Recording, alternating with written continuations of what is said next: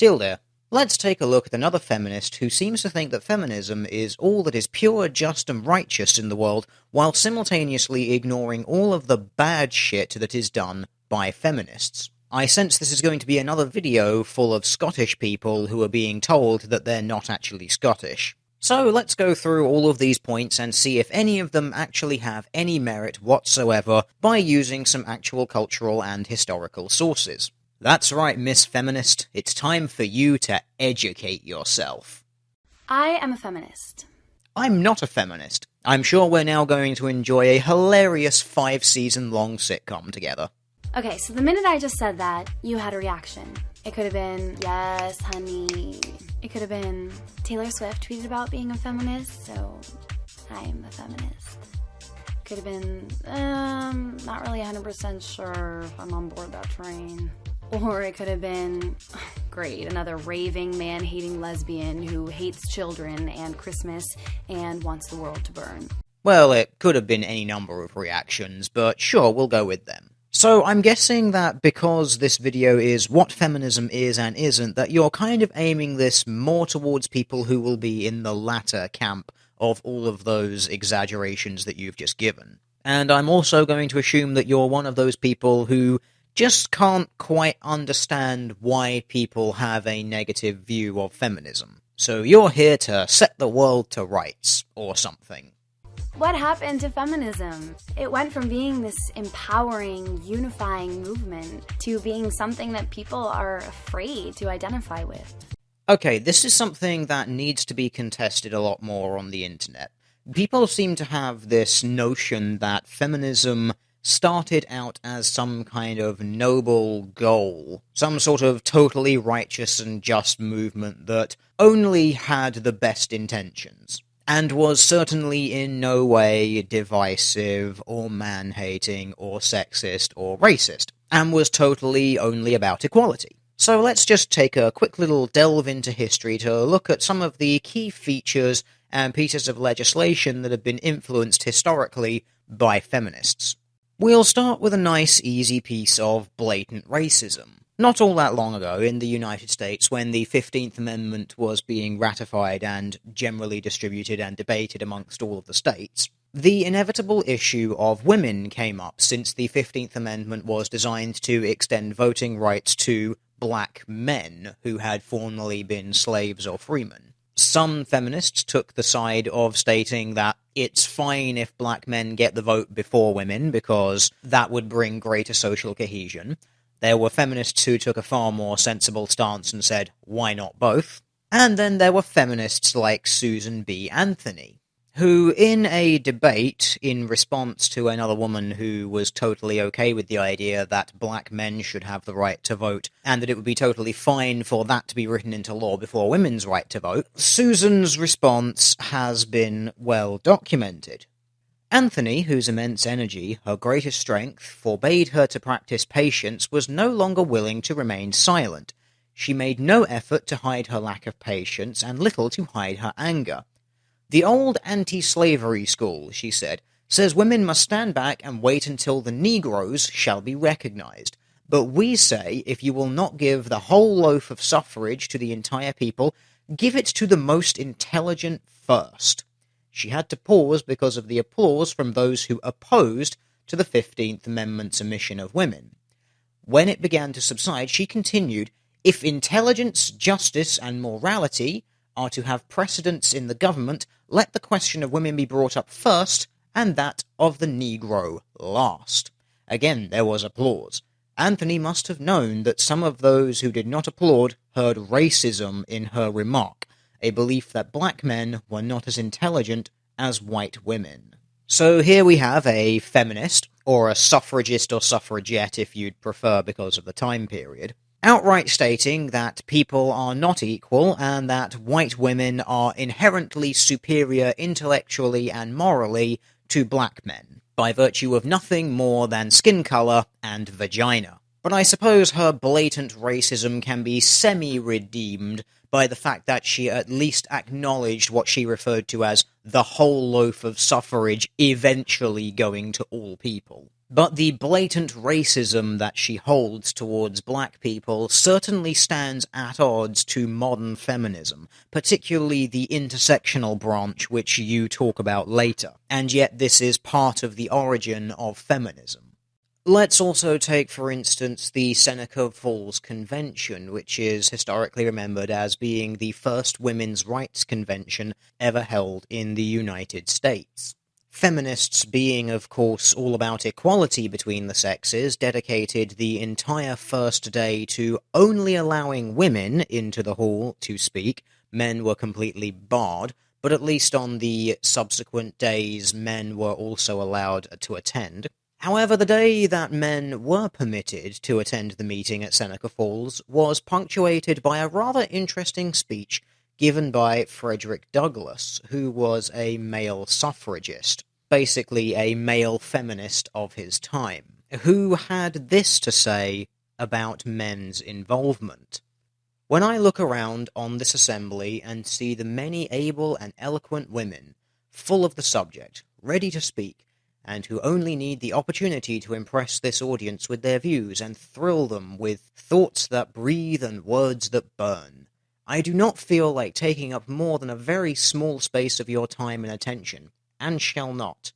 I would not even now presume to speak, but for the circumstance of my early connection with the cause, and of having been called upon to do so by one of whose voice in this council we all gladly obey. Men have very little business here as speakers anyhow, and if they come here at all, they should take back benches and wrap themselves in silence. For this is an international council, not of men, but of women, and women should have all the say in it. This is her day in court. So we have a male feminist of his time basically telling men to sit at the back and shut up, because they should have absolutely no say in any of the proceedings, even when those proceedings are supposed to be about gender equality. And you would have thought that if you're looking for equality between two different groups, you would want both of those groups to have equal input. But apparently not. And once again, this is another quite important historical point that led us up to modern feminism as we have it now. Let's consider the Custody of Infants Act, 1839, which morphed itself into the Tender Years Doctrine, the piece of law which dictates that women should have default custody of their children. A piece of law that was almost single-handedly pushed through Parliament by feminist Caroline Norton, after a very messy divorce from her husband following an affair. At this point of time in history, it was assumed the default that the children would go into care of the father, considering the father was the person who was deemed to be financially responsible for the entirety of the household. In other words, a man was financially responsible not only for his children, but also for his wife, something which Caroline actually ruthlessly exploited by running up ridiculous amounts of credit in her husband's name and then simply sending the debt collectors to sue her husband. So after the separation of these two individuals, obviously all of her children went to go and live with the father, and one of the children took a rather unfortunate injury while they were out horse riding and subsequently died. This was Caroline's impetus to campaign so strongly for this idea that women could and should be the sole caregivers for their children in the event of a divorce. Basically, she blamed her husband for the death of their child, and on the grounds of, it wouldn't have happened if he was living with me, got the entire British law changed so that women would always become the default caregiver of children if a marriage were to fail. This is a feminist who did not campaign for equal custody, who did not even acknowledge the possibility that a child would fare better spending equal time with both parents. Nope, she went immediately down the line of, women are better than men at caregiving, and therefore children must by default go with the mother. And the most hilarious thing about this particular piece of legislation that was pushed through by feminism is that we are still bearing the brunt of it today. And keeping in mind that it was a feminist and a woman who really pushed this thing through court, there is a hilarious irony when about a century and a half later we have modern feminists saying things like this. Feminists do not want you to lose custody of your children. The assumption that women are naturally better caregivers is part of patriarchy. These are just a few examples from history. Feminism has a very checkered past, to put it politely, that can definitely call into question just how devoted it has been since its very inception to the concept of actual equality. 40 seconds of your video down and it's not looking good already. Let's move on. I mean, gender equality's fine, but I'm not, like, a feminist. I have a little bit of news for you. If you believe in gender equality, you're a feminist. Shh, shh, shh, shh, shh. I know. What is it with feminists and this idea that it's like, oh, if you just believe in gender equality, then you must be a feminist? Let's extrapolate your logic out a little bit further and put it into a few other situations. You believe in God, therefore you're a Christian. Shh, shh, shh, shh. No, you're not a Muslim or a Jew, you're a Christian. Let's invoke a little bit of Godwin's law just for fun. If you believe in a standard 8-hour workday, taking paid holidays off of your job, having a mandatory lunch hour at work, the protection of wildlife, and anti-smoking public awareness campaigns, then you're a Nazi, because every single one of those things were policies of the National Socialist government of Germany in the 1930s and 40s. Shh, shh, shh, shh, shh. No, you're not just a socialist, you're not a progressive, you're a Nazi. Do you see why this sort of thing doesn't work? Feminism does not have an absolute monopoly on the concept of gender equality. There are other philosophies, ideologies, and just general thoughts and beliefs that hold gender equality in high regard in various forms. Certain types of humanism and egalitarianism, for example. I think feminists need to really have a look at some of their own campaigns, such as the No Means No campaign. If someone says, no, I am not a feminist, you can't just say, yes, you are a feminist. I thought feminists were supposed to work in opposition to the whole rape culture thing. But it seems that feminists are quite happy to metaphorically rape people whenever it suits their own needs. My name is Jacqueline, and this is Jacq'd Up, where I talk about things that get me jacked up.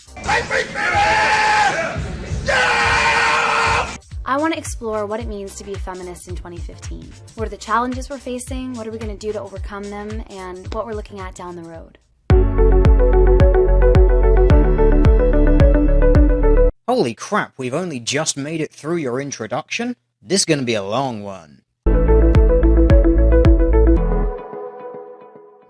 So I've laid out what I think are kind of the 3 most important facets of feminism.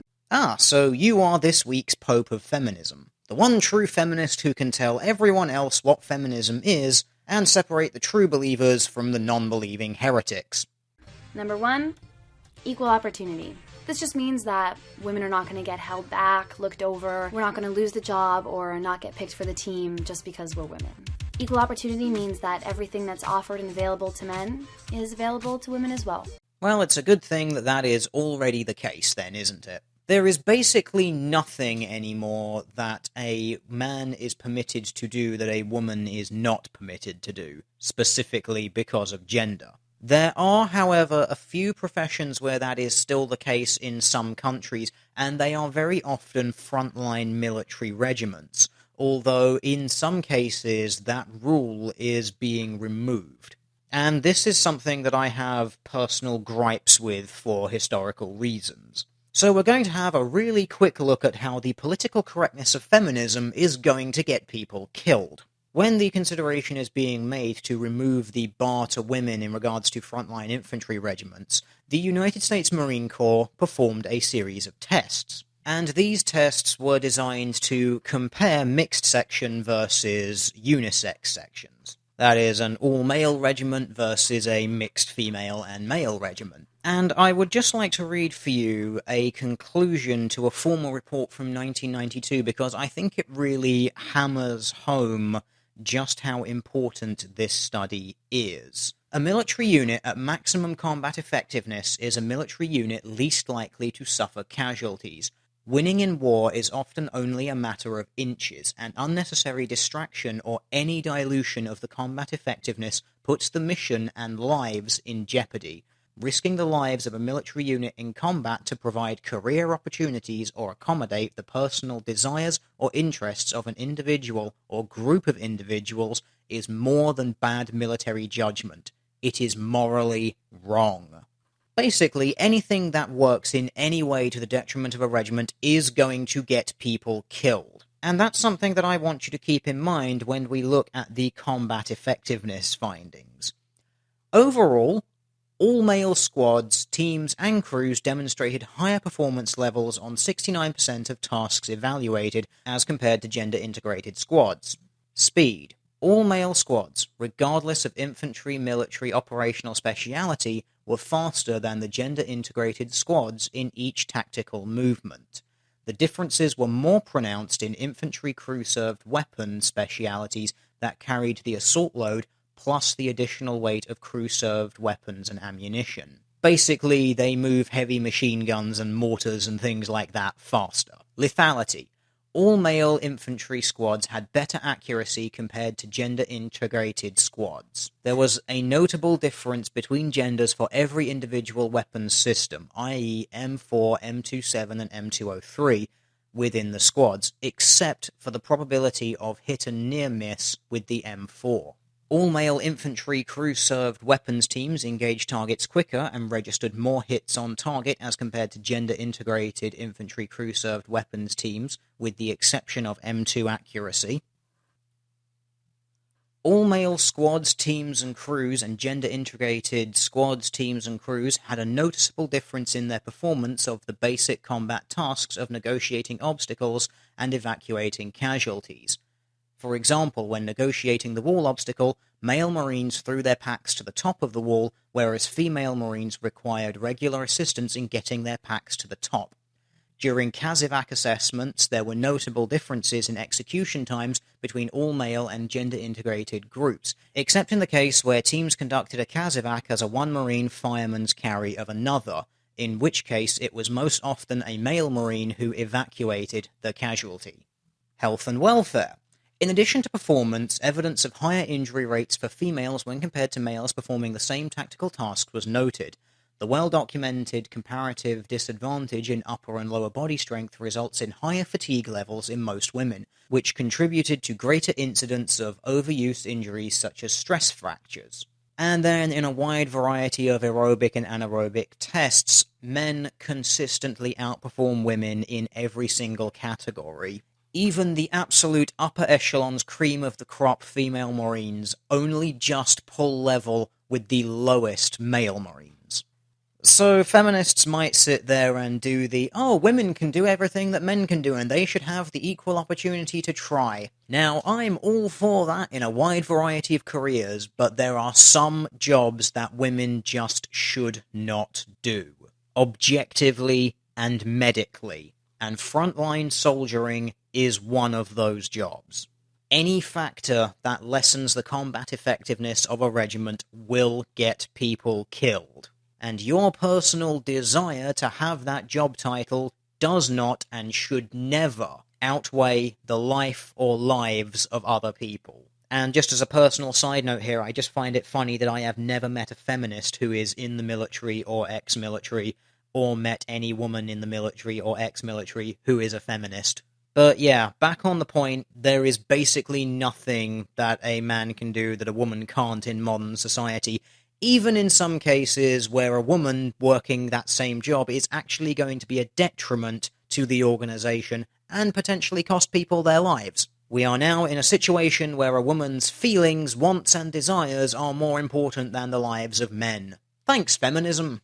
Number 2 is freedom of choice. It is not the feminist agenda for every woman in the world to be a billionaire, CEO, presidential candidate. Everyone should have the choice to live their life the way they think is right. That means if you want to go out there and be successful and have a highly paid job and do your thing, you should have the choice to pursue that. But it also means that there's no stigma for men or women who choose to be a full-time parent to their children. This also means that you can choose to sleep with whoever you want or choose to wait until love or marriage or whatever you think is right, but you have the choice to make your own decisions in your life.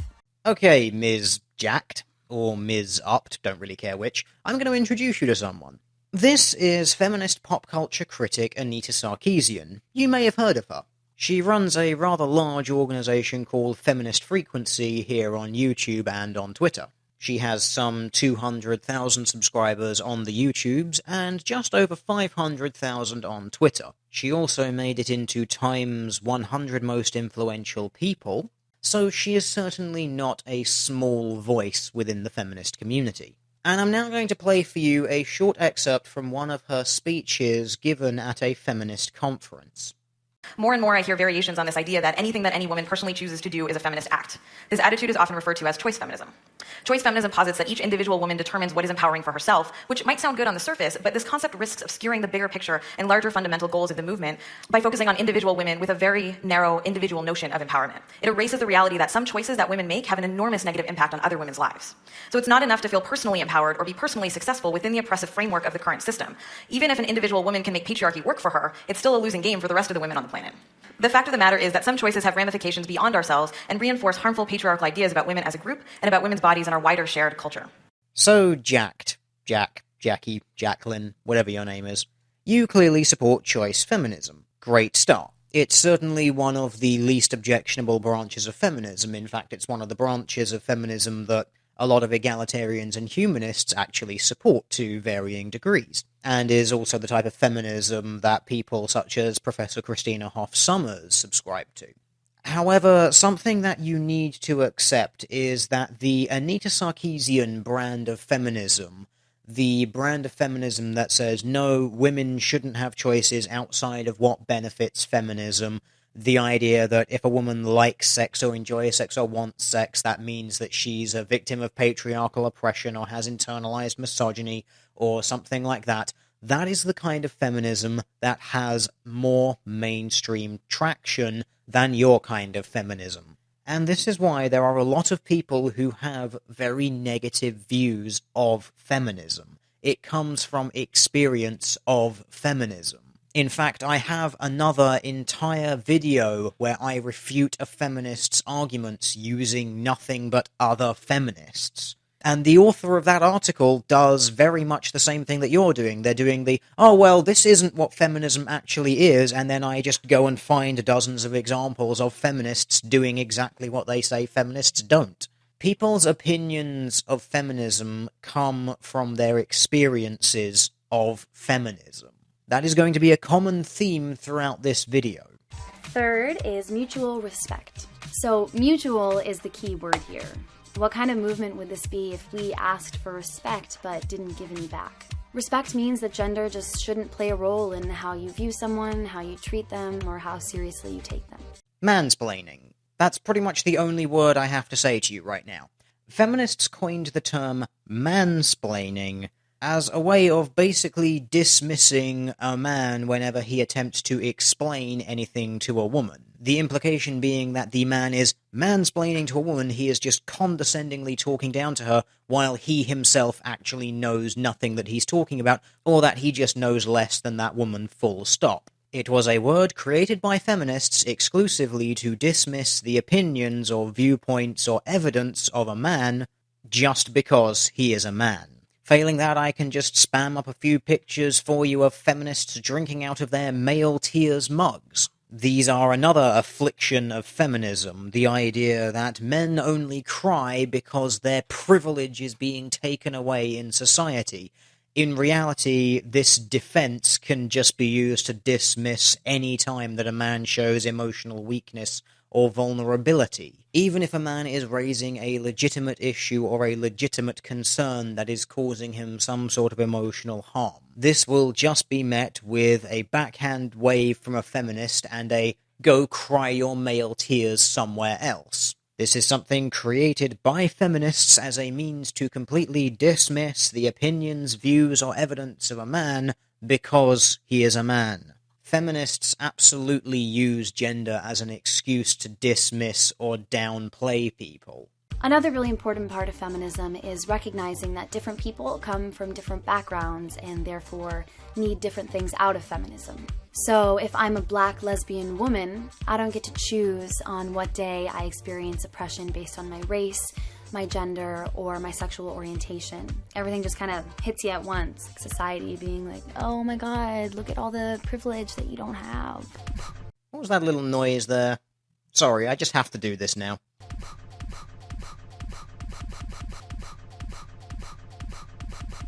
Anyway, moving on.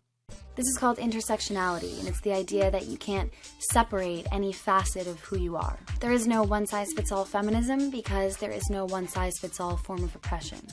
Okay, this is something that a lot of people have a problem with, especially when it comes to modern feminism, and especially the intersectional branch of feminism. Your absolute starting position is, if you have traits which are not white, not male, not straight, then you are automatically in some capacity disadvantaged in society. The closer to these traits of white, male, and straight you are, the more privilege you have, and the further you are from those three traits, the more oppressed you are. This is the absolute start point of intersectional feminism, and it's something that has never been objectively proven, and it's something which no feminist has ever shown can be objectively measured. But you will still state that if you're black, a woman, and not straight, then you are inherently disadvantaged somehow, and then you will ignore all of the pieces of evidence that point to the opposite.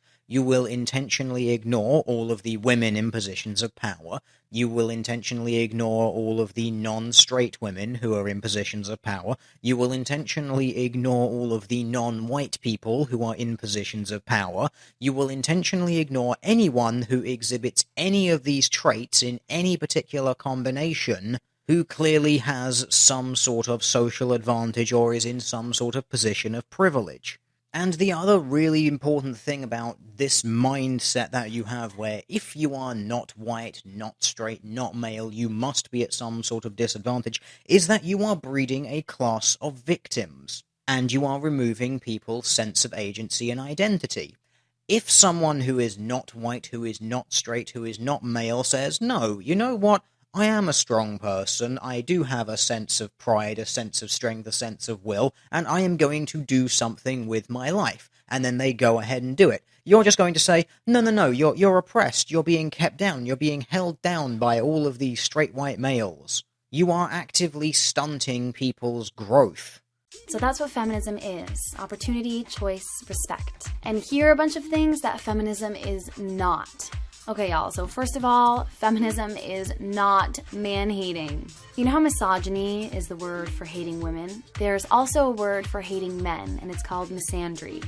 And misandry is not feminism. If you hate men, you're not a feminist, you're just an asshole.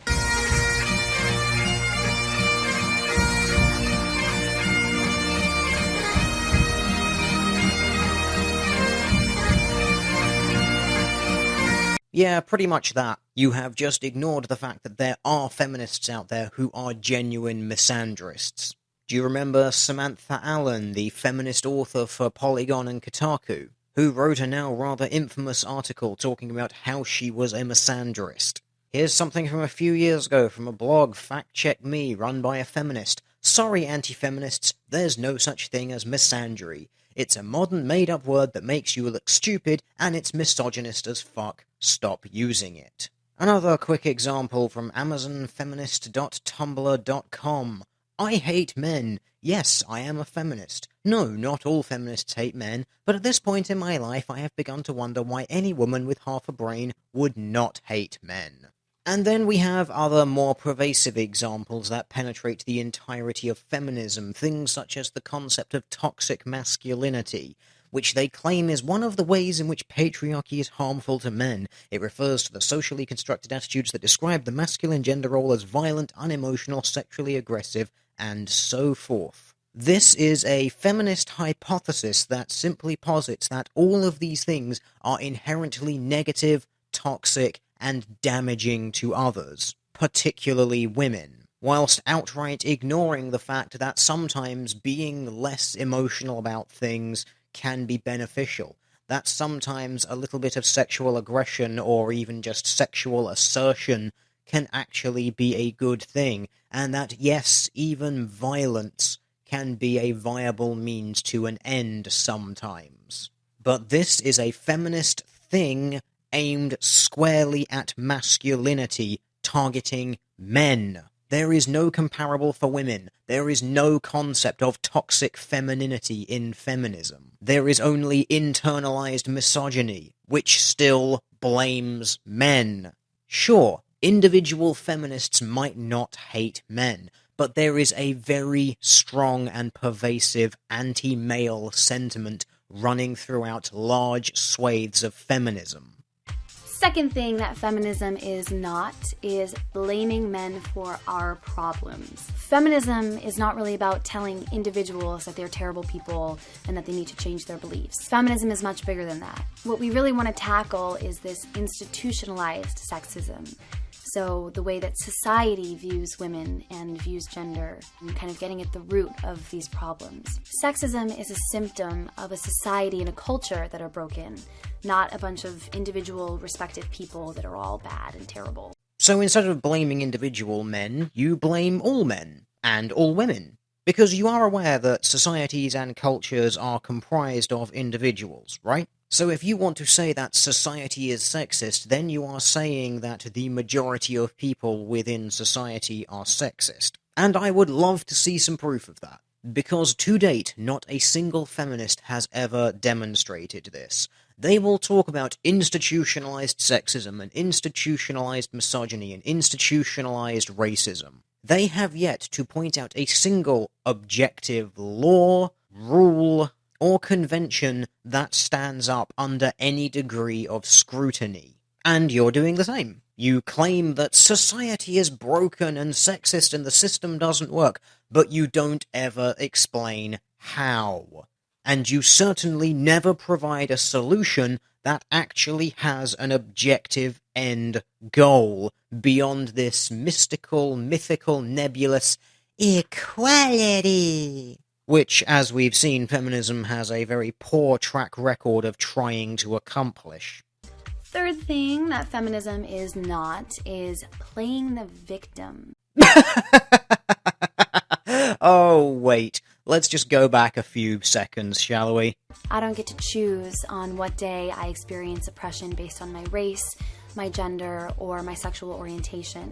Third thing that feminism is not is playing the victim. I don't get to choose on what day I experience oppression based on my race, my gender, or my sexual orientation. So you don't get to choose where, when, or how you're oppressed because you're oppressed, but you're not turning people into victims by telling them that they are constantly oppressed because of certain traits that are beyond their control. But you're not playing the victim. Right. Sexual assault is an extremely damaging and affecting experience. And when all these emotions and feelings that you're having aren't being validated and you're getting blamed, it hurts. It's not playing the victim if you are a victim. Sure, if you are genuinely a victim of something, then you're not playing a victim. You are actually being a victim. But I would like you to consider cases such as the UVA rape case, where an allegation of a gang rape was made by a woman by the name of Jacq'd, which was later found to be completely false, and yet the media leapt all over this story, blew it out of all proportion, because it became another one in a long series of articles saying, oh, look how bad college rape is. And even after it was proven to be completely false, feminists still defended the woman. And the justification for the making of a false allegation was, well, it opened up a conversation about rape on college campuses. So that makes it okay, right? The same thing happened with the case of Emma Sulkowicz, also known as Mattress Girl. She is another example of a woman who made a false rape allegation against a man. The media publicized it, blew it out of all proportion, and it became another one of the articles in the line of, look how bad college rape is. It was found to be completely false, and yet the feminists still stood behind this woman and justified her making a false allegation by saying, well, it started a conversation about rape on college campuses, so it's all right. The reason that people take issues with feminists around these sorts of topics is nothing to do with blaming victims of rape and saying that, oh, it's your fault that you were raped. This is not the case. The problem is that feminists will instantly leap to the defense of anyone, even at the merest hint of an accusation. The concept of innocent until proven guilty be damned. Fourth thing that feminism is not is asking for special treatment. We don't want to get opportunities and get respect just because we're women. We just don't want to miss out on stuff because we're women. You what, mate? No. You've got to be trolling at this point. There is no way you can actually be this ignorant, willfully or otherwise. Feminists are especially interested in getting women into jobs for no other reason than because they are women. Sweden is thinking of instituting fines on companies that don't have women as 40% of their board members. This is going to cause companies to hire board members exclusively because they are female, disregarding any merit. Justin Trudeau, President of Canada. I'm sure you'll be familiar with this little soundbite, but let's hear it again anyway. I understand one of the priorities for you was to have a cabinet that was gender balanced. Why was that so important to you? Because it's 2015.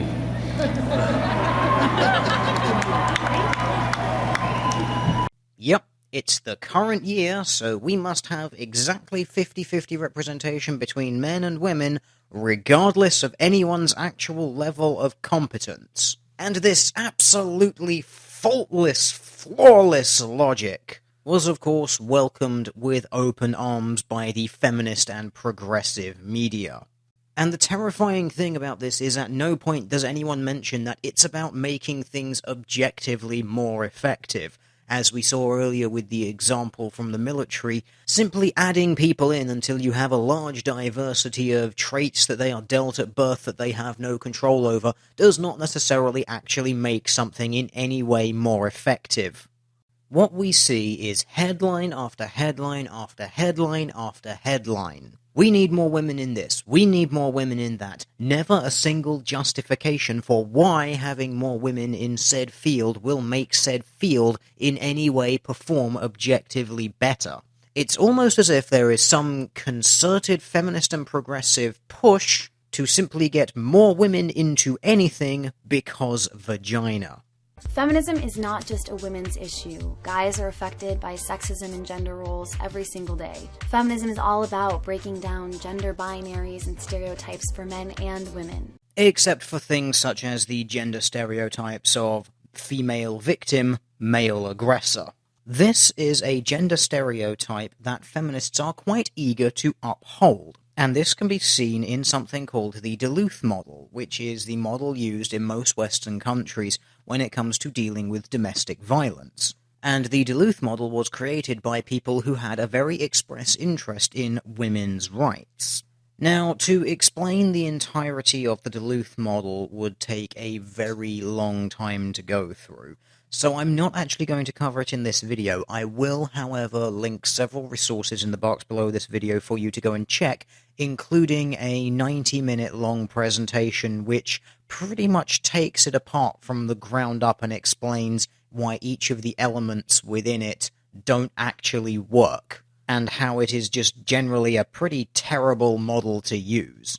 And yet, this is the model which feminists use constantly in their analysis of society, because the Duluth model outright states that men who batter do not have personal problems, they are simply reflecting a culture that teaches men to dominate, which is remarkably similar to the preachings of intersectional feminism that you yourself, Ms. Jacq'd, alluded to earlier when you said that we are in a society that is broken, that doesn't work, that perpetuates sexism, and so on and so forth. But I recommend those resources to you. They are all exceptionally well put together.